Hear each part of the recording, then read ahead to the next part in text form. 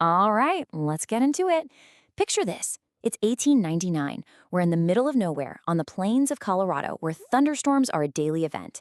And one of the greatest minds in history is building a machine, not just to create sparks, but to talk to the entire planet using pure energy. This is the incredible story of Nikola Tesla's Colorado Springs experiments. I mean, really think about that for a second. No power lines, no outlets, no charging cables, just clean, abundant energy pulled right out of the ground and the air for anyone, anywhere. For Nikola Tesla, this wasn't science fiction. This was his mission. It was the obsession that drove him out to the American frontier. So, to chase this dream, Tesla knew his New York City lab just wouldn't cut it. His ideas were way too big. The machine he had in mind was going to be an absolute monster. He needed to get away from it all, to find a place big enough and wild enough to truly play with lightning. And this wasn't just some crazy whim. As you can see from his own words, he had a clear scientific mission. He came to Colorado to do three things. First, build the most powerful electrical transmitter the world had ever seen. Second, figure out how to handle all that energy. And third, and this is the big one, to understand how electricity travels not just through the air, but through the solid ground beneath our feet. So, why this exact spot on the map? Well, it was the perfect laboratory. First off, the high altitude. The thin air up there is just easier for massive sparks to jump through. Then, the super dry atmosphere meant he wouldn't lose power into the air. Of course, the isolation was key. He needed space for his giant machine. But the real kicker? The area was famous for its spectacular electrical storms, giving him a front-row seat to study nature's own wireless power show.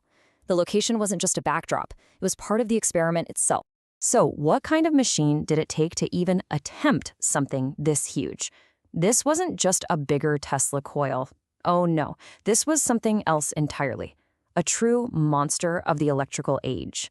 Tesla called his creation the Magnifying Transmitter, and its scale was just mind-boggling. It was designed to pump out millions of volts of electricity and create electrical pulses that could literally be detected on the other side of the world. To give you an idea of what we're talking about, look at that number, nearly 50 feet. That was the diameter of just the primary coil, that giant wooden fence-looking thing you see in the pictures. Make no mistake, this was the biggest, baddest electrical machine on the planet. And that quote really says it all, doesn't it? While everyone else was trying to send tiny little clicks and beeps a few miles, Tesla was building a planetary-scale instrument. And when he fired this thing up, they said the sound was a deafening, terrifying roar that could be heard for miles. It was a man-made thunderstorm. Now, here's where things get really wild. This machine wasn't built to broadcast energy through the air like a radio tower. No, Tesla's idea was way more profound. He wanted to use the Earth itself as the wire. He called his big idea terrestrial stationary waves. The best analogy is to think of the Earth like a giant bell. If you tap a bell, it just makes a little thud, but if you hit it with exactly the right frequency, the whole thing rings, right? It resonates.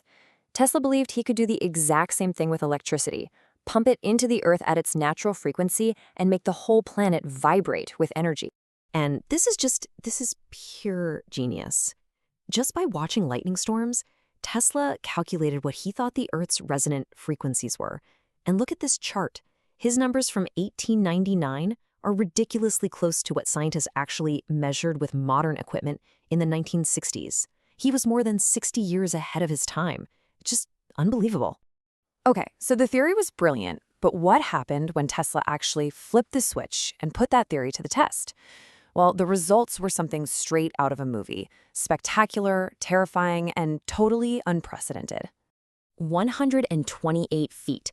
That's how long the man-made lightning bolts he created were. Can you even imagine that? Discharges of raw power, longer than a 10-story building is tall, just ripping through the air and turning the darkest night into day. And the side effects were just surreal. The ground for hundreds of feet around the lab became so electrified that sparks would jump up to your shoes as you walked. Metal water pipes would crackle with electricity. But maybe the strangest thing anyone saw was butterflies fluttering by with their wings outlined in an eerie, glowing blue light, St. Elmo's fire. It's like for a little while, Tesla had turned that patch of Colorado into another planet where the rules of physics were different. So, after all the thunder and lightning, after all the incredible science and strange phenomena, you have to ask, what did it all lead to? What was the bottom line? And that really is the million-dollar question, isn't it? Did it actually work? Well, like most things with Tesla, the answer is complicated. It's a fascinating mix of legend, proven science, and ultimately a story that feels unfinished. Now, you've probably heard the legend that he wirelessly lit up 200 light bulbs 26 miles away. It's an amazing story, but we don't have any hard proof it actually happened. The reality, though, is maybe even more important. He proved his theory of Earth resonance was correct. He had successfully rung the bell. The experiments were a massive scientific proof of concept, even if he couldn't get it to a practical, efficient stage just yet. And you have to remember this. Colorado Springs was never meant to be the final product. It was the laboratory. It was the research and development. Everything he figured out there, the math, the physics, the engineering, it was all the homework he needed for his real magnum opus, the Wardenclyffe Tower, his shot at building a true global wireless system. So where does that leave us? The lab in Colorado was torn down, Wardenclyffe was never finished, and our world is still covered in a web of wires. But the science was real. The potential was proven. And it just makes you wonder, was this whole adventure a brilliant failure? Or was it a blueprint for a future that we just haven't been brave enough to build?